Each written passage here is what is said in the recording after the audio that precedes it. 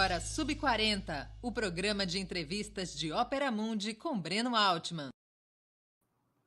Boa noite a todos e a todas. Hoje é 7 de outubro de 2021. Estamos dando início a mais uma edição do programa Sub40. Nosso propósito é entrevistar convidados e convidadas que representam uma nova geração de lutadores, pensadores e realizadores. Homens e mulheres de até 40 anos, às vezes um pouquinho mais, que são referências no mundo do trabalho, da cultura do esporte, das leis, da comunicação e da atividade política. Nossa convidada dessa semana é Júlia Rocha, médica, cantora e escritora. No ano passado, lançou o livro Pacientes que Curam, o cotidiano de uma médica do SUS, publicado pela editora Record. Também mantém uma coluna no portal UOL. Antes de começar a conversa, gostaria de pedir que façam uma assinatura solidária de Ópera Mundi em nosso site ou se tornem membros pagantes de nosso canal no YouTube. A imprensa independente e Ópera Mundi precisam da sua ajuda para se sustentar e se desenvolver. Também peço que curtam e compartilhem esse vídeo, além de ativarem o sininho do canal. São ações que ampliam nossa audiência e nossa receita publicitária. Nossos espectadores também poderão fazer perguntas, basta escrevê-las nas áreas de bate-papo das plataformas. Se possível, no canal de Ópera Mundi no YouTube, façam essas perguntas contribuindo com o Super Chat ou o Super Sticker. Também são formas de apoiar o Ópera Mundi. Outra forma de apoiar o Ópera Mundi é através do Pix. A chave Pix do Ópera Mundi é apoie@operamundi.com.br. Também pelo Pix, portanto, você pode contribuir com o nosso canal.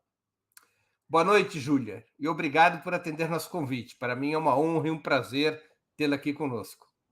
Boa noite, Breno. Boa noite às pessoas que estão nos acompanhando aqui agora, ao vivo. Boa noite a quem chega depois. Um prazer imenso, uma alegria poder estar aqui dividindo esse espaço com você. Bom, aqui a gente sempre começa com RG. Onde e quando você nasceu? Eu nasci em 83, dia 23 de abril, dia de São Jorge, dia do choro, em Belo Horizonte, Minas Gerais. Ô, Júlia, o que chegou primeiro na tua vida? A medicina, a política ou a música? Como é que foi tua caminhada desde que veio ao mundo? O primeiro foi a música. Eu digo em relação aos meus gostos, né? Eu fui uma criança que, olha que engraçado, Breno, tinha um toca-disco, como tinha na casa de todo mundo na década de 80 e 90, tinha aqueles toca-discos de aqueles vinis e tal. E eu era uma criança. Na minha geração, isso se chamava vitrola. Pois é isso. E eu, criança, com 6, 7, 8 anos, eu era uma criança que tinha discos.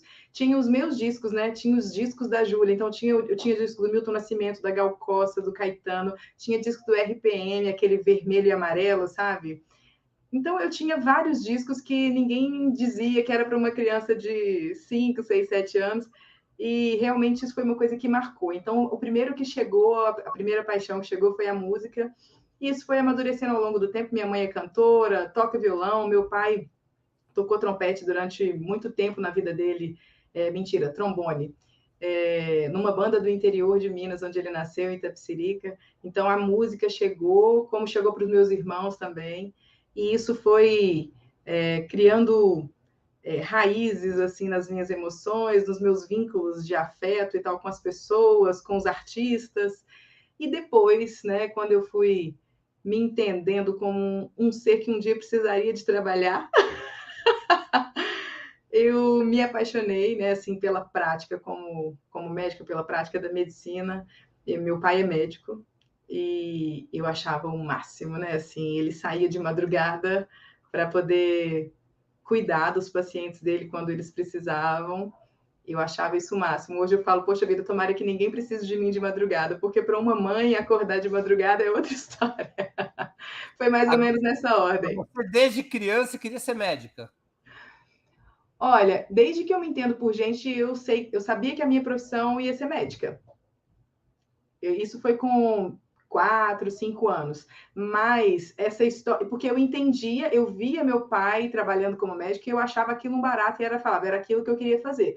Mas nunca me envolvi. O primeiro envolvimento mesmo assim foi com a música. E tanto que a música foi a minha profissão por muito tempo, assim, até, né, entrei na faculdade cantando, pagando conta, cantando em casamento e tudo mais. E ainda hoje, né, uma parte grande do meu tempo eu dedico à música profissionalmente.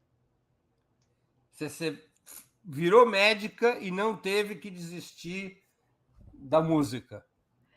Olha, teve uma época, Breno, que eu achei que eu realmente fosse precisar desistir. E eu fiz uma cena ali, porque, olha, gente, então não vai dar mais, não estou conseguindo conciliar, e aí vamos aqui, olha, vou parar de cantar. E isso foi para minha família, né? Na época eu não tinha uma carreira e tal.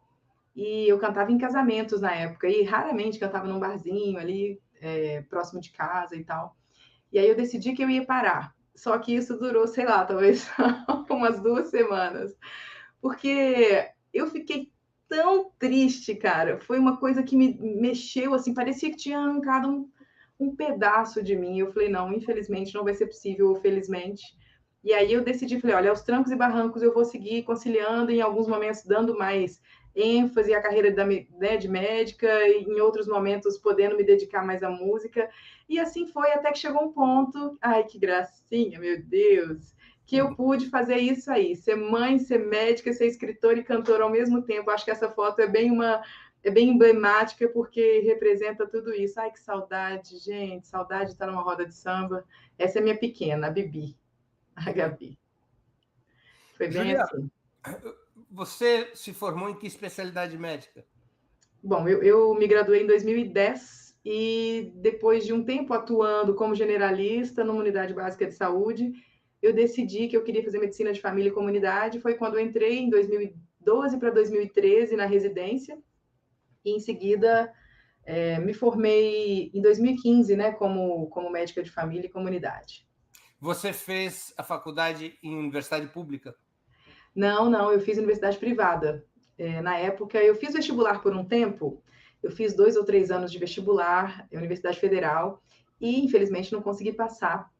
E desisti. Falei, tudo bem então, vou tentar minha segunda opção, que era comunicação. Entrei para jornalismo, quase fui sua colega. Eu fui sua colega por um período de 1 ou 2 anos. E aí, no meio da faculdade, eu falei, cara, então, eu acho que eu vou tentar novamente. Meu irmão passou no vestibular nesse período, numa universidade que foi onde eu cursei, né, lá no sul de Minas, em Pouso Alegre. Eu disse, cara, eu vou tentar. E aí eu saí da faculdade, estudei durante um semestre intensamente, e eu trabalhava na época, né, trabalhava na Fundação Hemominas, que é o hemocentro aqui de BH, em Minas. E aí eu fui, prestei vestibular, passei, e assim, eu dei uma guinada, né? Saí da comunicação e fui ser comunicadora de saúde. Você tem quantos irmãos? Nós somos 4 irmãos. Eu tenho uma irmã e 2 irmãos. E qual a profissão deles? Bom, eu tenho um irmão que é médico, que é esse mais novo que passou na minha frente, né? Quando eu decidi fazer jornalismo, ele, opa, peraí, deixa eu ir aqui.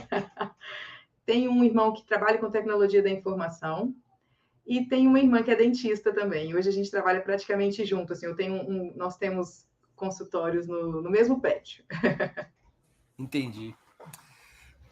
Júlia, você escreveu um livro, Pacientes que Curam, com base na tua experiência pessoal, são textos com histórias dos teus pacientes no SUS. Aí está a capa do livro, publicado pela editora Record. Pacientes que Curam, o cotidiano de uma médica do SUS. Você é uma defensora do sistema público universal de saúde? Com todas as minhas forças.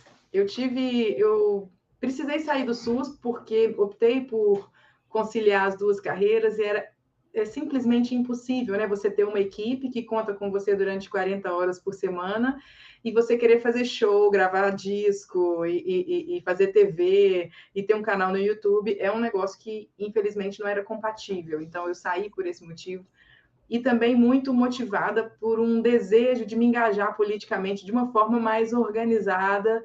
Então, eu sabia que eu precisaria estar um pouco mais livre né? E não depender também, né, de questões políticas em relação aos vínculos que se tem de trabalho hoje no SUS. Então, eu decidi, por conta própria, né, abrir um consultório. Hoje eu trabalho como médica de família no meu consultório, mas sigo sendo uma militante mesmo pela saúde como um direito, né, pela saúde como um direito humano e não como uma mercadoria. Você acha que o SUS tem estado à altura do desafio imposto pela pandemia? Eu acho que o SUS nos protegeu da barbárie escancarada.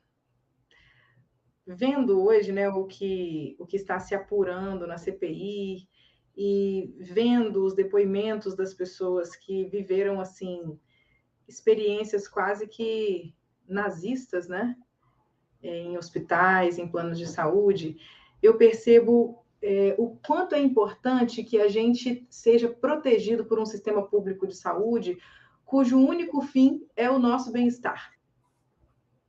Quando a gente fala que um paciente que tinha chances de sobreviver e sobreviveu,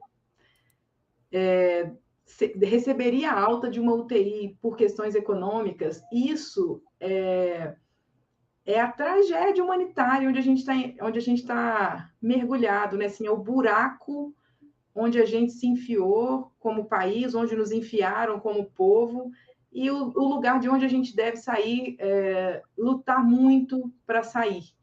Então, eu acho que o SUS, nesse momento de pandemia, ele evitou uma tragédia ainda maior, ou seja, aos trancos e barrancos, com uma logística deficitária, sendo o tempo todo boicotado pelos gestores que deveriam assumir a sua liderança, tendo a possibilidade, né, assim, tendo recursos e desperdiçando esses recursos, como foram desperdiçados kits de teste para Covid, como foram desperdiçados recursos na compra de medicamentos ineficazes, sem menor comprovação científica, o SUS, ainda assim, com todos os ataques que sofreu, foi o sistema de saúde que recebeu a nossa população e tratou como humanos aquelas pessoas que são cotidianamente desumanizadas nessa pandemia. Então, eu acho que a gente deve agradecer isso aos servidores públicos que estão ali trabalhando de sol a sol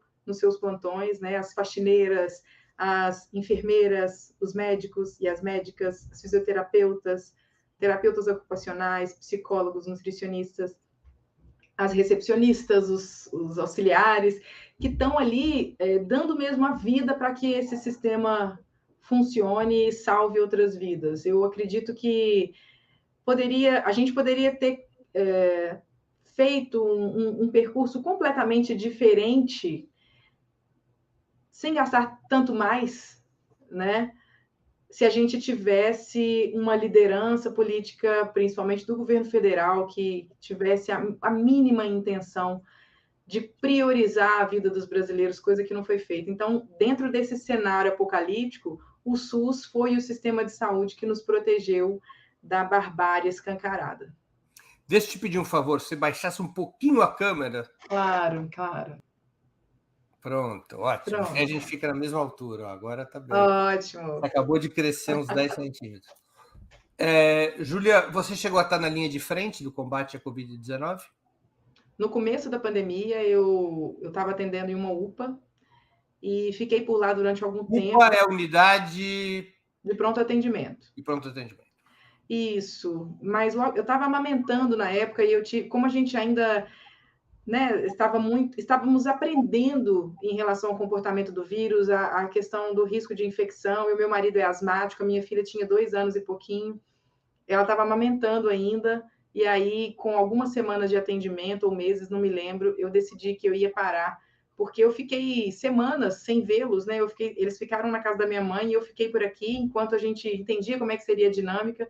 Então, eu decidi voltar para a atenção primária e continuei na linha de frente, só que no posto de saúde, né? Então, fiquei durante muitos meses atendendo os pacientes na unidade básica de saúde, muitos casos de Covid, senti na pele, assim, a cada declaração do presidente da República, né, quando ele dizia que o ideal era que a gente saísse para a rua sem máscara, tomasse bastante ivermectina e cloroquina. Então, estávamos lá. recebendo esses pacientes ensandecidos, dizendo que a gente queria matá-los, que a gente queria que eles ficassem internados porque a cada morte de Covid o hospital receberia dinheiro, né? Assim, recebi pacientes que trabalhavam atendendo o público, motoristas de ônibus, açougueiros, várias pessoas que chegavam à unidade com sintomas clássicos de Covid e a gente não tinha teste. E depois fomos saber que esses testes estavam se perdendo nos almoxarifados do Ministério da Saúde. Ou seja, passei por uma... Foi um ano intenso de muito aprendizado, de muito estudo, mas também de muito sofrimento. De muito sofrimento. Me sentindo acuada, assim como muitos colegas, né, assim, para prescrever medicamentos ineficazes, para pessoas que estariam em risco diante daquela prescrição. Realmente foi uma experiência bizarra, mas eu acredito que não foi a experiência mais traumática, porque eu imagino que os meus colegas dos profissionais de saúde que estavam nas unidades de terapia intensiva viveram algo próximo do enlouquecedor, né? Você ter... É interessante porque, assim, chegou um momento que eu disse assim, isso vai virar o caos completo, né? E mesmo a gente ainda não tendo aquele cenário horroroso que a gente viu no finalzinho de 2020, começo de 2021, a gente já tinha percebido que o quê? As ruas haviam virado, assim, fábricas de doentes, né? Fábricas de doentes. E a gente tinha recursos limitados e os colegas já estavam exauridos, né? Assim, você não fica um ano trabalhando numa situação desumana, numa situação desesperadora, e você não pensa como antes. Você não é a mesma pessoa, o mesmo profissional com as mesmas capacidades, né? Um cara que está esgotado, há um ano sem férias, trabalhando de sol a sol, ele não atende da mesma forma que ele atendeu lá no começo da pandemia. Então, foi uma experiência assim, muito triste, mas, ao mesmo tempo, um período onde eu percebi que as soluções e as saídas para nós, como trabalhadores, estavam cada vez mais à esquerda, e foi quando eu me radicalizei assim, de uma forma muito explícita, né? Ao vivo em cores. Por conta da pandemia. Certamente. Não somente, claro, né? Isso já é uma coisa que eu venho amadurecendo há mais tempo, há muitos anos, mas a pandemia me escancarou um cenário e eu disse, cara, realmente aquilo que eu vinha construindo de pensamento e de crítica em relação ao que acontece com a gente, foi realmente um momento de me radicalizar. Certamente, certamente. Entendi. Júlia, como é que se explica o silêncio das entidades médicas em relação a profissionais que claramente violam quaisquer códigos éticos, como é o caso de alguns colegas de profissão teus? Temos aqui o caso do Prevent, do hospital aqui em São Paulo, e agora mesmo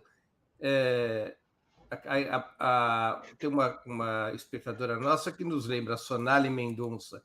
O presidente vetou a distribuição de absorventes para mulheres em situação de rua. A comunidade médica se pronunciará.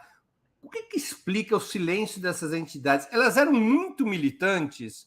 Eu me lembro ali por volta de 2014, 2015, contra o programa Mais Médicos. Elas escreviam colunas nos jornais, emitiam notas contra os médicos cubanos. Eu nunca vi entidades médicas tão militantes quanto naquela época contra a entrada dos médicos cubanos. Mas há um silêncio sepulcral agora frente a problemas graves do governo e também de alguns profissionais médicos. O que explica esse silêncio? Então, Breno, eu não quero fugir da resposta, mas, ao mesmo tempo, eu não quero me comprometer, porque eu preciso trabalhar e pagar conta, né? Mas eu prefiro dizer que eu encontro todos os dias com meus colegas médicos que não estão em silêncio, sabe? Assim, eu sou de uma ala de colegas médicos que brigam, de fato, pela saúde como um direito. Quando a gente tem a saúde como um bem a ser consumido, eu acho que essas distorções ficam muito mais explícitas, né? Porque a saúde como um direito, ela é um fim para a gente como profissional de saúde. A saúde como um bem a ser consumido, ela vira um meio para a gente conseguir várias coisas, sabe? Eu acho que é por aí. Me entristece muito, sabe? não é uma questão política, é uma questão científica.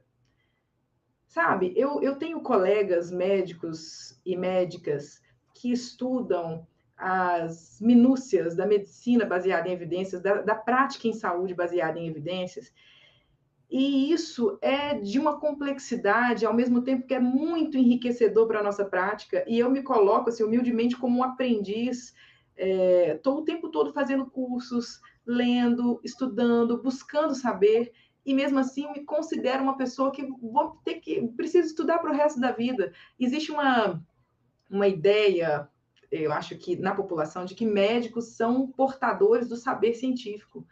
Médicos não são necessariamente cientistas.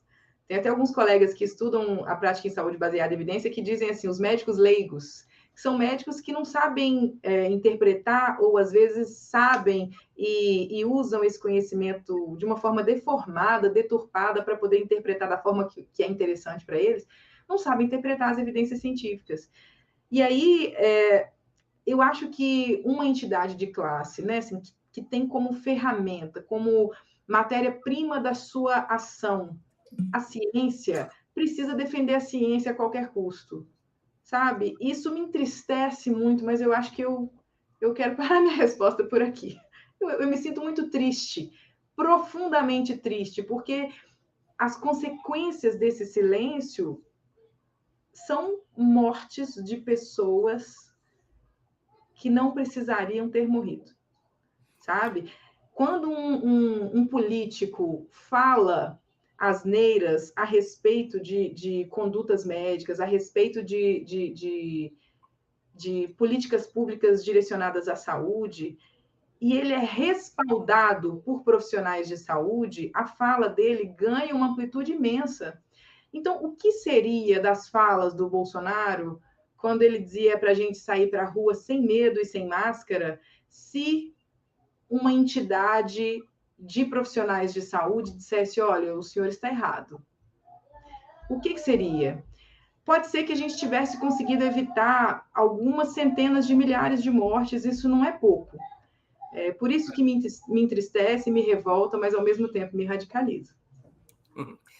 Júlia, alguns sanitaristas defendem uma reforma no SUS bastante ampla, por exemplo, com a criação de uma autarquia federal que centralize todas as carreiras do sistema de saúde, cuidando da formação e da alocação desses trabalhadores nas unidades de base, nos estados e municípios, além de um maior controle da União sobre as políticas e protocolos implementados localmente, porque a gente sabe que o SUS varia muito de cidade para cidade, em muitas das grandes capitais e estados, ele está permeado por um certo tipo de privatização, acordos de gestão com as chamadas OS e assim por diante. Qual é a tua opinião? O SUS já precisa de uma reforma desse tipo?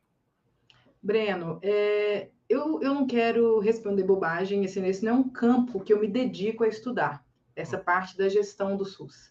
Mas o que eu posso te dizer, da minha experiência e do que eu leio a respeito, hoje os vínculos dos médicos, de todos os profissionais de saúde que trabalham no SUS, são vínculos precários. Hoje, por exemplo, eu já fui demitida de uma cidade aqui do interior de Minas, e foi um dos motivos que eu decidi sair do SUS nesse momento. Eu já fui demitida por questões políticas, entende? Eu já fui demitida da rede privada por questões políticas, do SUS, então a gente sabe como é que são as relações políticas nas cidades do interior, né? Então, quando você não tem um vínculo que assegura esse funcionário, esse servidor público, uma estabilidade, um planejamento da sua carreira, esse profissional ele vai ficar à mercê da onda política que ele precisa surfar naquele momento. Então é isso, né? Assim, eu tive, em alguns momentos dessa pandemia, eu soube de municípios que estavam fazendo dentro das unidades básicas de saúde dias de distribuição de kits Covid. A gente fala do plano de saúde privado, mas a gente esquece de falar desses prefeitos e desses governadores, de alguns governadores que fizeram a distribuição desses kits dentro das unidades básicas de saúde, ou seja, gastando dinheiro público, entendeu? Com coisas que são que fogem ao conhecimento que a ciência tem a respeito daquilo.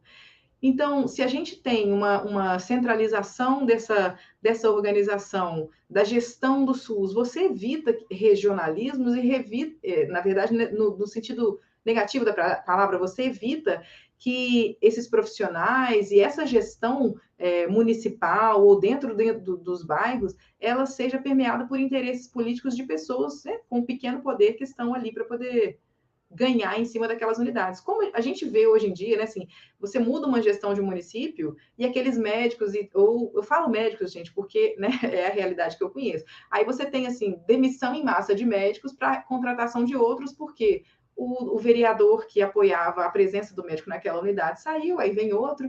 Ou seja, você não tem um cuidado com essa continuidade desse serviço, você não tem um olhar para a longitudinalidade, o médico que conhece aquela população, de repente agora ele já não é mais o médico apoiado pelo vereador, ele sai, entra outro, enfim. Então, eu vejo com bons olhos coisas que façam com que a nossa vida dentro da unidade básica de saúde ou dos hospitais, ela fique menos à mercê dos desejos dos políticos da ocasião. Entendi. Júlia, vamos agora passar para a música. Como você é uma espécie de canivete suíço, a gente tem que guardar uma parte. Vou começar por esta foto mesmo. Quando você se apresentou no The Voice Brasil, em 2015, você já era cantora, fazia um bocado de tempo. Participar desse programa foi uma experiência interessante? Te fez ganhar um público novo? Foi muito interessante, de um aprendizado muito importante. Eu acho que foi, sim, um momento de ganhar uma visibilidade em relação a essa parte, né, da minha vida. Eu já tinha uma visibilidade como médica dos textos que eu produzia, publicava, e muita gente nem sabia que eu era cantora e veio me conhecer a partir dessa aparição. Eu acho que foi muito importante, sim, não posso negar. Você começou a escrever sobre sua experiência médica logo que se formou? Eu comecei na residência, foi em 2014 para 2015, quando eu comecei a escrever alguns textos, criando esses personagens assim que imitavam meus pacientes. Foi mais ou São menos em textos que 2014, estão no 2015. livro, né? São os textos que estão no livro. Esse livro é uma coletânea desses textos que eu publicava em redes sociais, em algumas colunas que eu escrevi. Então, eu reuni esses textos no livro para publicar agora em 2020. E como é que você foi parar no The Voice Brasil? Você cantava antes? Como era a sua carreira de cantora? Porque você também é compositora. Sou cantora e compositora. Bom, eu canto desde que o mundo é mundo para mim. Desde 2000 e talvez antes dos anos 2000, eu comecei a cantar profissionalmente com 13, 14 anos. Eu cantava num barzinho, que era o barzinho da minha tia. Então, como eu não podia ir sozinha, porque, poxa vida, 14 anos, minha mãe ia comigo e ficava lá de ladinho, lá me vigiando ali para eu cantar com segurança e depois ia embora com ela. Barzinho lotado, um monte de gente mais velha e tudo mais. Eu e minha mãe lá escondidas com violão para a gente poder para eu poder começar mesmo.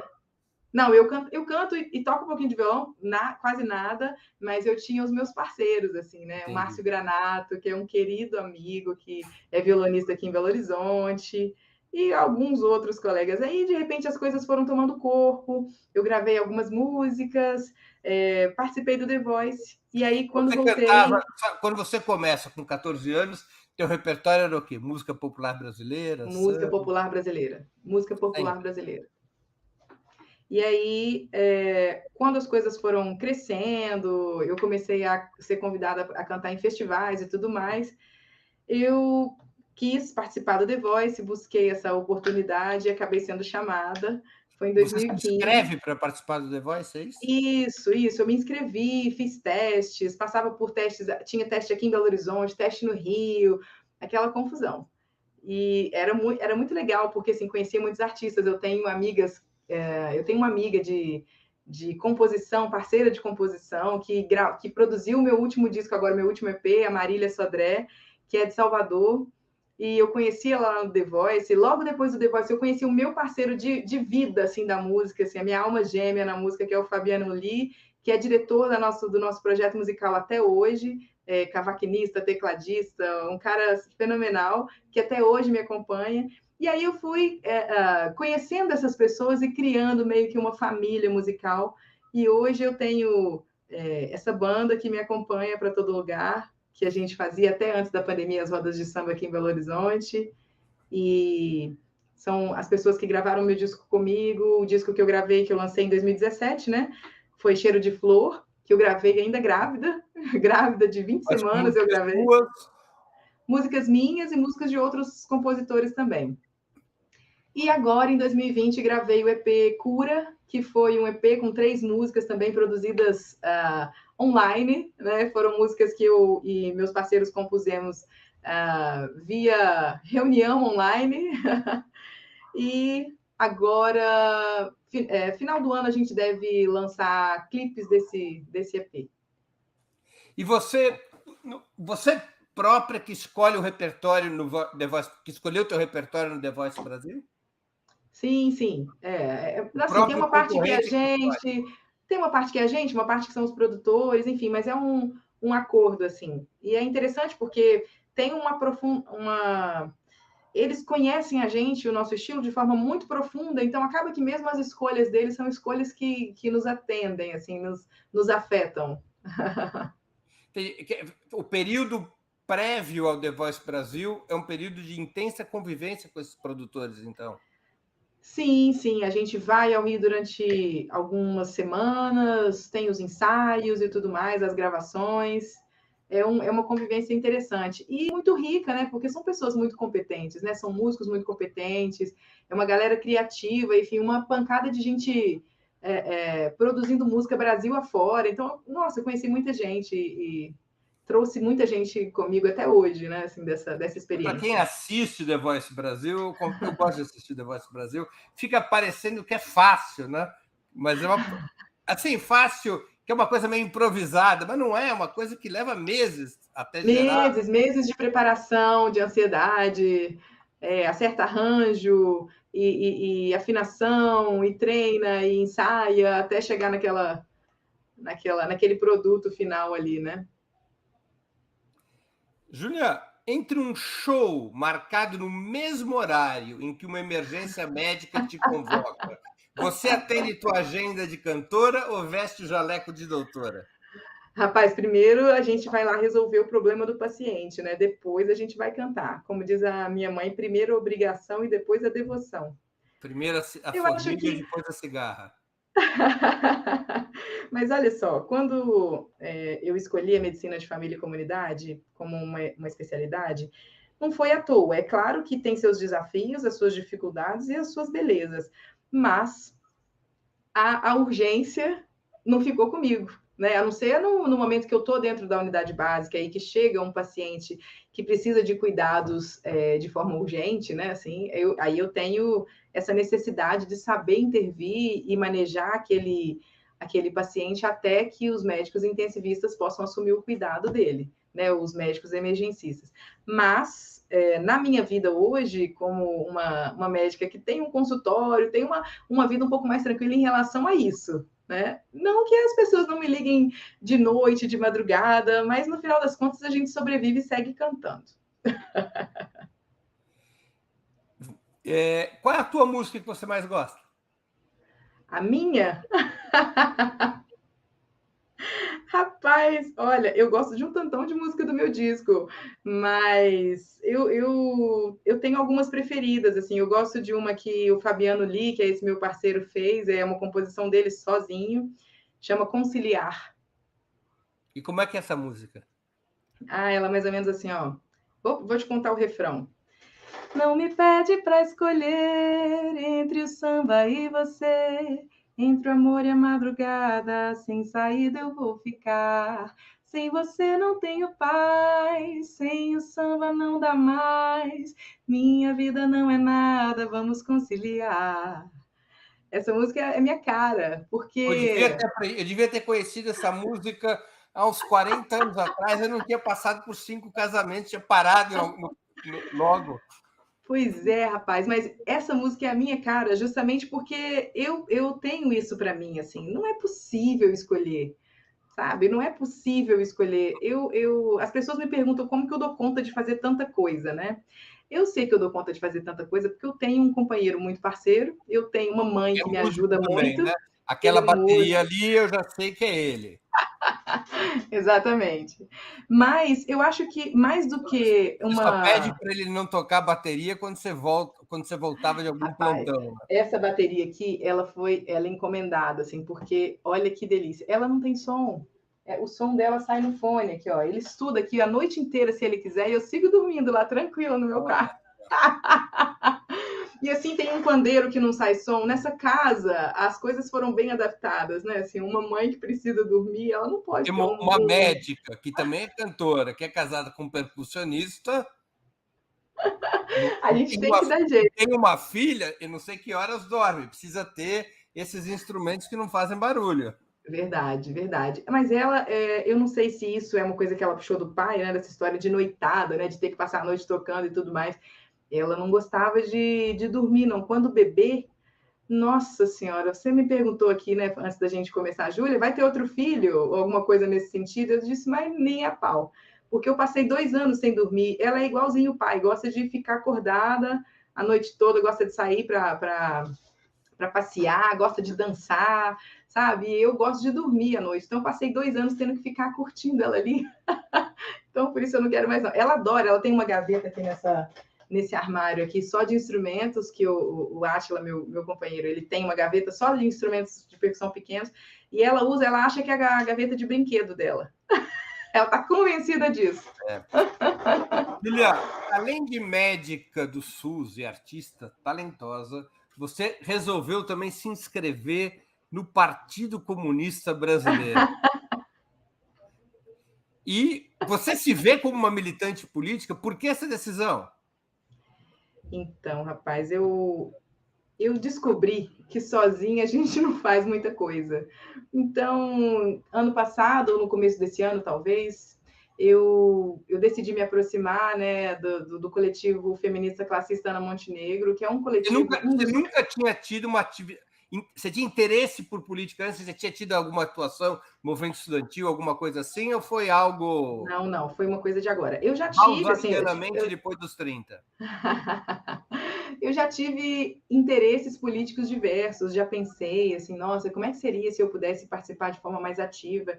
Mas fui amadurecendo essa ideia e entendi que o lugar onde eu conseguiria construir algo muito mais próximo, assim, muito parecido com aquele mundo que eu sonho para minha filha e para as pessoas que eu amo, era lá. Então eu fui para lá e não me arrependo nem um pouquinho, sou muito feliz lá. Você se vinculou antes, eu te interrompi, inclusive. Você estava contando que você se vinculou antes a um coletivo feminista. Isso. Na verdade, o Ana Montenegro, né, que é o coletivo feminista classista Ana Montenegro, é um coletivo do Partido Comunista. Né? E como o Partido Comunista tem uma dinâmica diferente, né, de filiação dos militantes, o ideal é que a gente faça essa aproximação para poder vivenciar ali a dinâmica do partido e entender se aquela dinâmica faz sentido, se você de fato quer seguir mais próximo desse ideal, enfim. E aí foi isso que eu fiz. Me aproximei do coletivo, vi todo sentido naquela luta, me inspirei naquelas mulheres, me apaixonei e me filiei. E Foi bem assim. você é uma militante dedicada? Rapaz, eu sou uma militante dedicada, mas eu fico pensando, eu estava até antes de entrar aqui para conversar com você, eu estava pensando sobre isso, sobre como a gente se cobra de uma forma quase desumana, né? Porque assim, eu estou lendo nesse momento 3 livros ao mesmo tempo, porque eu acho que eu tenho que recuperar todo o tempo perdido que eu li livros que eu não precisava ter lido. Eu acho que eu tenho que, até o final do ano, eu tenho que ler tudo que eu quero ler, né, para a vida. Então, eu tenho esse costume, eu leio 3 livros ao mesmo tempo, 2 livros ao mesmo tempo. E eu fiquei pensando, cara, não teve um momento da minha vida que eu trabalhei menos de 40 horas por semana. Então, na maioria do tempo, hoje, por exemplo, eu trabalho em torno de 50, 55 horas por semana. E eu acho que eu tenho que chegar em casa com todo o pique, que eu tenho que chegar em casa cheia de energia para poder ler, para poder estudar, para poder ver os vídeos dos camaradas que produzem conteúdo na internet. Mas agora eu estou ficando um pouco mais empática comigo também, tendo um pouquinho mais de compaixão, me permitindo dormir um pouquinho a mais. E aí eu acho que a gente vai devagarinho se formando, né? A gente não se forma só a partir das leituras. É claro que a leitura ela é importantíssima, é essencial, é imprescindível, mas a gente se forma na experiência da militância, da luta, na convivência com os camaradas. Eu acho que é mais ou menos por aí. Hoje eu me tornei muito mais condescendente comigo. Então agora eu estou devagarinho. E sempre. Você já aprendeu a cantar internacional? Não, ainda não. Só um pouquinho, assim, eu solfejar. Quero ouvir. Nem a pau. Sem ensaio não se canta, Breno. Bom, da próxima vez, que haverá certamente uma próxima vez, tenha já internacional ensaiado, então. Pode deixar. Meu E se eu compromisso. perceber, tem uma cantora do teu talento, eles deviam ter você cantando internacional para abrir. Eu sei que vai ter um congresso do PCB proximamente. Sim, Não sim, está tendo um breve. processo congressual. Sim. Cadê o secretário nacional de agitação e propaganda que não te Poxa convocou vida. para cantar internacional na abertura do congresso? Eu Na vou minha ter que época de providenciar isso PCB logo. havia mais sentido de direção artística. Rapaz, eu não sei quando que eu vou encontrar um tempinho para poder cantar mais, assim, que é meu desejo. Você sabe que a fase da minha vida que eu mais pude me dedicar à música foi na licença maternidade. Então, eu fiquei 6 meses de licença maternidade e eu achava o máximo da minha alegria nesse mundo colocar minha filha no sling. Ela vinha abraçadinha aqui comigo, a gente rodava aqueles paninhos, né, do sling. E eu ia para ela para tudo quanto é lugar, para ensaio, para estúdio, para teatro, lancei disco com ela no colo, fui para Salvador, Curitiba, cantar com ela para o Rio. E aí eu falava, cara, eu acho que eu posso fazer isso para o resto da minha vida. Mas olha, eu tenho para mim que a minha vivência como médica me torna uma cantora melhor e vice-versa. A minha vivência como artista me faz ser uma médica capaz de escutar coisas que outros profissionais de saúde não são capazes de escutar, porque não tem esse ouvido que é permeável às subjetividades, né? Permeável aos silêncios. Então, eu acho que, por enquanto, segue a médica e segue a cantora. Prometo encontrar um tempinho para ensaiar a internacional para você. Júlia, por que você escolheu o PCB e não o PT? Rapaz, porque eu acho que o PT não é suficientemente radical, na verdade, nada radical, mas assim, não é compatível com o quão radical eu me tornei. Acho que é isso. E você se tornou radical num período curto de tempo. Olha, que engraçado, essas coisas de rede social, né? Às vezes eu sou lembrada de postagens que eu fiz há 2, 3 anos atrás, e eu dizia assim, olha que comunistona. Então, isso não é de repente. Quando a gente entra em contato com uma realidade duríssima, como foi a realidade que eu encontrei, é muito natural que a gente vá se radicalizando, né? Assim, se você se deixa afetar por essas vivências, eu acho que é muito natural que você vá se radicalizando. Então, eu não sabia que eu já estava muito mais à esquerda que o PT, por exemplo, e aí, de vez em quando, me lembro assim, olha, tem uma postagem aqui de 3 anos atrás que você fez, eu falo, nossa, comunistona aqui, hein? Mas você chegou a ser eleitora do PT? Como é que é? Você chegou a votar no Lula e na Dilma? Rapaz, tem imagens, tem imagens. Eu já chorei em comício do Lula. Eu, com 13, 14 anos, assim, tinha ele como um ídolo. E, claro, né, assim, um imenso respeito por ele, pela trajetória dele, continuo admirando diversos aspectos da trajetória dele, mas busco ainda mais sentido, né, do que eu encontrei nas palavras dele para aquilo que eu entendo como sendo o caminho possível para a gente chegar num país de fato soberano. É mais ou menos por aí. Mas eu super votei no PT minha vida toda. Minha vida toda. Deputado, vereador, presidente, governar tudo. Tua família é uma família de esquerda? Minha família é uma família de esquerda. Sim, meu pai, ele é fãzão do Lula, minha mãe, sabe? Mas eu também respeitam, assim, essa minha trajetória. E às vezes eu comento alguma coisa. Onde você estava? Eu estava num evento do partido, estava numa reunião do partido. E aí eles começaram a escutar isso do partido. Um dia eles perguntaram, mas que partido? Foi tipo uma revelação, sair do armário, né? Porque imagino que para pai e Eu mãe... vou te contar uma coisa para que você veja como é a vida. Eu era do PCB até meados dos anos 80. E eu achava o PCB muito moderado. Saí com um grupo de companheiros, aliás, um grupo liderado por um médico, Davi Capistrano da Costa Filho. Sim. Saímos do PCB para ir para o PT, porque o PT era a solução radical dos anos 80. Uhum. As coisas mudam. Quem sabe? Você acredita que o Bolsonaro possa ser derrubado antes de concluir o seu mandato, ou a crise do país terá desfecho? Se tiver, apenas nas eleições presidenciais de 2022. Olha, como é que eu posso te dizer? Mesmo que eu não acreditasse, eu seguiria lutando para que isso acontecesse. Eu acredito sim que é possível. Mas mesmo que eu não acreditasse, eu seguiria lutando, porque eu acho que essa luta que a gente está encampando agora nas ruas é uma luta que tensiona o debate, esse xadrez, né, para soluções mais efetivas e que olham, de fato, para quem realmente precisa desse amparo nesse momento. Então, eu acho que é uma luta importante. Eu tenho muito medo de não me colocar à disposição dessa luta. Eu tenho muito medo do que pode acontecer até 2022, porque é muito tempo. Um ano é muito tempo. São 12 meses, 365 dias, e no ritmo que a gente vai hoje, você percebe que você não fica assim 2 ou 3 dias sem uma catástrofe perpetrada, assim, um crime, uma tragédia feita, né, pelo...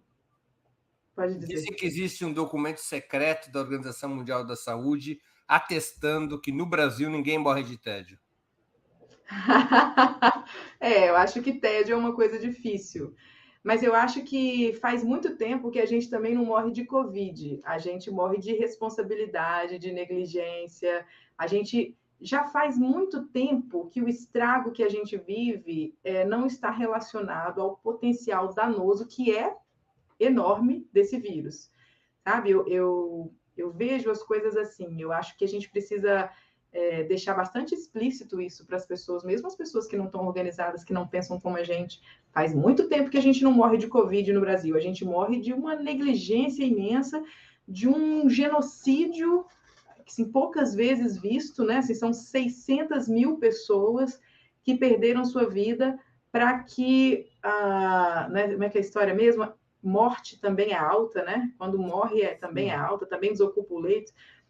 Ou então um plano de políticas públicas alinhadas ao Ministério da Economia, quando deveriam estar alinhadas ao Ministério da Saúde, ou seja, foi disso que essas pessoas morreram. Né? E a gente precisa contar essa história. Para contar, a gente precisa vencer, né? Mas a gente precisa contar essa história para que não se esqueçam, para que as pessoas não se esqueçam de que o assassino dessa imensa massa de pessoas trabalhadoras, a maior parte das vezes, muitas vezes, que não tiveram escolha em se proteger, ou outras tantas vezes que optaram, entre aspas, né, porque não é uma opção quando você não tem a informação adequada, optaram em se expor, incentivadas por um genocida. Então, é bom que a gente conte essa história para que essa história não se repita, né? Porque pandemias, elas podem existir, e a gente precisa contar essa história para que outros genocídios não sigam acontecendo, né? Júlia, com Bolsonaro ou sem Bolsonaro, nós vamos às eleições de 2022. O que fazer para tirar o país do pior atoleiro da sua história? Em quem que você está disposta a votar? Rapaz, mas esse bloco não era sobre música? Já passou para a política. É que eu não avisei. Poxa vida, me prepara. Olha só, eu estou disposta a votar em qualquer pessoa contra o Bolsonaro, mas eu não tenho falsas ilusões de que haverá uma grande mudança da política econômica que vá beneficiar de fato a classe trabalhadora. quando a gente tem candidatos que se posicionam claramente, assim, de uma forma bastante explícita, a forma como eles são moderados, né? Como eles não querem nenhum embate contra essas estruturas que perpetuam o sofrimento das pessoas mais vulnerabilizadas, enfim. Então, eu estou disposta a votar em qualquer pessoa que não seja o Bolsonaro, mas eu não me iludo de que isso provocará grandes mudanças. Só que, assim, é óbvio que seria muito melhor que a gente tivesse enfrentado, por exemplo, essa pandemia sob o comando do Haddad. Eu não tenho dúvida disso. Né? Assim, é óbvio que a gente estaria com muito menos mortos, a gente contaria muito menos pessoas afetadas pela Covid, uma economia muito mais equilibrada, se a gente tivesse outra pessoa que não o Bolsonaro. Mas a gente precisa também estar muito atento, né, assim, às propostas de mudança que são oferecidas para a gente. Olha, então a gente vai tirar o Bolsonaro e a gente vai construir uma terceira via, que seria o quê? O Bolsonaro que come de garfo e faca, né? Assim, o Bolsonaro que não fala essas tosquices que ele fala, o Bolsonaro que não faz pouco caso, imitando alguém que está passando mal com falta de ar, enfim. É importante que a gente também informe as pessoas sobre a real condição dessa disputa aí. E, para falar a verdade, Breno, eu tenho sincero medo do que pode acontecer até 2022. Não falo isso da boca para fora. Oi? Medo do quê? Eu tenho medo de que essa espera, né, assim, pela deterioração da imagem e da popularidade do Bolsonaro possa voltar contra a gente. Sabe? Eu tenho medo, por exemplo, que num determinado momento uma política pública mais condescendente com a classe trabalhadora, um auxílio emergencial estendido, uma política de crescimento pontual para geração de empregos ali nos 45 do segundo tempo, faça esse jogo virar e a gente tenha que amargar mais 4 anos de um governo fascista. Entendi. E o que representa para você, mais uma vez, possivelmente, ter que votar no Lula para presidente? Se você me perguntasse isso há 2 anos atrás, a resposta ia ser completamente diferente. Olha, eu vou ficar muito feliz se o Lula ganhar a eleição de 2022. Não posso negar. Né? Assim, não tem nem comparação a situação que a gente está agora com esse genocida fascista no poder, de como a gente poderia estar caso o Lula ou uma figura que representa o projeto político que ele representa estivesse nos liderando. Então, eu ficaria muito feliz que isso acontecesse, e eu acho e espero fortemente que isso aconteça de fato. Mas eu quero mais. É isso. Eu quero mais. Eu quero um país de fato soberano. Eu quero um país que não precise, onde as pessoas não precisem trabalhar 50, 60 horas para sobreviver, sabe? Eu quero um país onde as pessoas não precisem adoecer no trabalho para poder simplesmente pagar suas contas. Eu quero um país onde as pessoas sejam de fato livres e não um país remediado que daqui a 30 anos está tendo que lidar novamente com outro golpe, né? Assim, onde as desigualdades são reduzidas, onde as pessoas podem ter acesso novamente a coisas que antes não tinham, a educação, a saúde, e que vivam uma vida melhor, uma grande parcela da população, e que daqui 20, 30 anos a gente esteja tendo que lidar novamente com um golpe, com um novo golpe. O Brasil, às vezes, lembra aquele filme After Hours, eu acho que era o nome, em que o cidadão acorda sempre no mesmo dia. Eu acho que a gente precisa entender. Eu tenho esperança de que a gente cada vez mais entenda a necessidade de uma ruptura.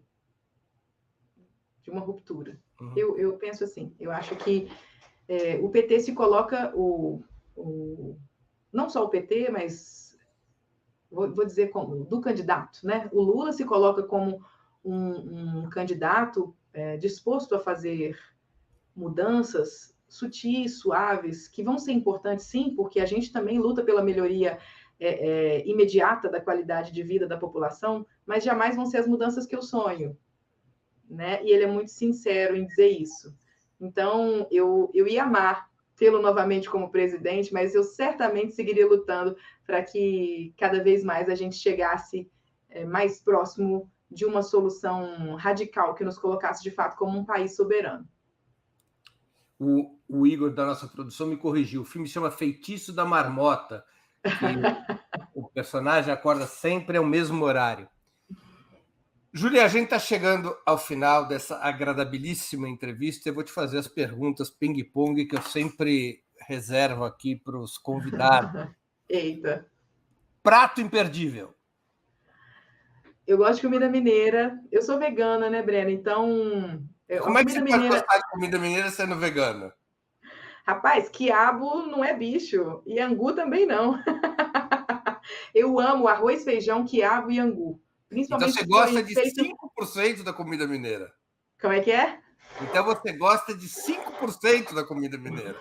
Toda a parte da comida mineira que não foge de mim, eu como. Cerveja, cachaça ou vinho? Eu não bebo, né? Eu não bebo. Mas eu gosto... eu gosto da caipirinha que o meu marido faz. Então vou ficar com a cachaça. Tá bem. Esporte favorito? Eu gostava muito de handball na época de escola. Eu gosto muito de handball, mas eu adoro ver futebol. Time de futebol? Eu já torci muito, mas agora eu só digo que eu torço pro Galo, assim, porque, na verdade, eu não estou acompanhando Quem não é de Minas, mais. acompanha futebol, Galo é o nome que se dá ao Atlético Mineiro, que está em primeiro lugar. Gloriosíssimo. Brasileiro.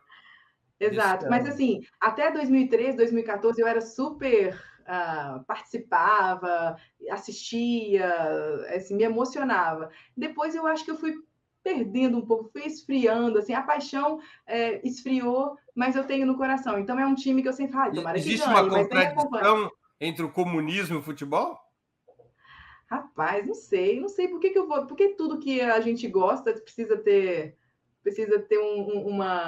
um embate, né? Não, eu acho que não. Eu acho que essa máquina que explora pessoas, sim, no futebol e em qualquer canto.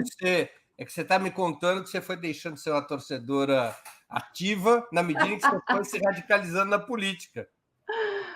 Mas eu não sei se uma coisa tem a ver com a outra, não. Não sei se você tem um nexo nada causal aí. Completamente não. Hobby? Eu gosto de tocar violão, eu gosto de estar com os meus amigos, eu gosto de receber os amigos em casa. Não vejo a hora de isso ser possível de novo. Livro inesquecível. Rapaz, eu estou lendo um livro, finalizando agora um livro, está até aqui da Márcia Tiburi, chama-se Complexo de Vira-Latas. Esse livro me marcou de uma forma tão intensa. A Márcia, ela fala, né, de um processo de humilhação, né, assim, de colonização da subjetividade desse povo colonizado, que é o povo brasileiro. E ela traz assim uma contextualização histórica e política, e eu tive vontade de dar um livro desse para cada um dos meus pacientes que são humilhados por todo o canto onde eles passam, né? E ela me trouxe assim uma noção do quão distante essas pessoas humilhadas estão daquelas pessoas que delas cuidam, seja no serviço de saúde, ou que a elas educam no sistema de educação, e o quanto isso impacta nas nossas relações, né? Como médica, ter lido esse livro mudou bastante a forma como eu vejo essas relações, e assim, me fez tentar ser uma pessoa que reconhece essas pessoas como pessoas que foram humilhadas e tenta fazer desse encontro nosso como médicos e entre uma médica e seus pacientes, assim, tenta fazer desse encontro um encontro que consiga amenizar, né, esses traumas sociais. Música preferida? Música preferida? Música preferida. Olha, eu gosto muito de Dona Ivone Lara. Então pode colocar todas da Dona Ivone, pode colocar todas da Dona Ivone, que uma delas vai ser certamente a minha preferida. Muito bem. Filme marcante. Um filme. Eu vi um filme na minha residência chamado Amor. É um filme francês que fala de um casal de... Isso, esse mesmo. Produção muito eficiente. Esse casal que vive uma vida inteira juntos, e aí, num momento, ela faz um exame, esse exame mostra uma alteração numa das artérias que levam sangue aqui na carótida, né? E aí o médico propõe uma intervenção, e essa intervenção faz com que ela tenha um AVC. E aí ela adoece gravemente, fica totalmente dependente dele, e é uma situação que me tocou muito como médica, né? Porque fala sobre as nossas intervenções e sobre como a nossa prepotência pode ser danosa. E me marcou muito. Esse filme eu recomendo que vocês vejam. Ídolo político. Eita. Se você me perguntasse isso há 2 anos, eu ia dizer assim, Lula, certamente. Ele continua sendo uma pessoa admirável, admiro demais, demais. Eu acho ele um cara inteligentíssimo, sensacional. Mas hoje eu vou dizer Glauber Braga. Pode ser um ídolo morto ou vivo. Prestes. Prestes. Um comunista tem que dizer o Prestes. Evento histórico do qual gostaria de ter participado. Evento histórico. Olha, eu fico entre a Revolução Russa e a Revolução Cubana. Eu queria estar lá. Mas eu não sei se eu queria ter participado, rapaz, porque o bicho pega, né? Talvez eu queria estar só ali, tipo assim, deixa eu esperar minha hora, deixa eu ver como é que faz isso daqui. Em 1983 eu vou descer para tentar fazer igual. Júlia, muito obrigado por teu tempo e por ter participado do Sub-40. Tenho certeza que os nossos internautas aproveitaram e se divertiram muito nessa hora de conversa. Que bom, que bom. Eu fico feliz, eu agradeço muito. Estou muito feliz de ter participado aqui com você. Conte sempre comigo, me chame, principalmente se for para cantar. Tem que ensaiar internacional. Farei. Queria agradecer a audiência, especialmente os que contribuíram com o Superchat ou Super Sticker, aos que se tornaram membros pagantes do canal de Ópera Mundi no YouTube ou que fizeram uma assinatura solidária em nosso site. A próxima edição do Sub-40 será no dia 14 de outubro, quinta-feira, às 20 horas. O convidado será Josué Rocha, líder do Movimento dos Trabalhadores Sem Teto, o MTST.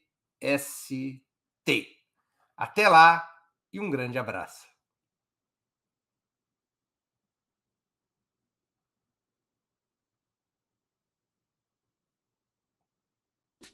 Para assistir novamente esse programa, se inscreva no canal do Ópera Mundi no YouTube. Curta e compartilhe nossos vídeos. Deixe seus comentários. O jornalismo de Ópera Mundi é mantido com o seu apoio. Faça uma assinatura solidária em www.operamundi.com.br. Com um pequeno valor mensal, você nos ajuda no desenvolvimento de um jornalismo independente e de qualidade. Obrigado pela audiência e até a próxima.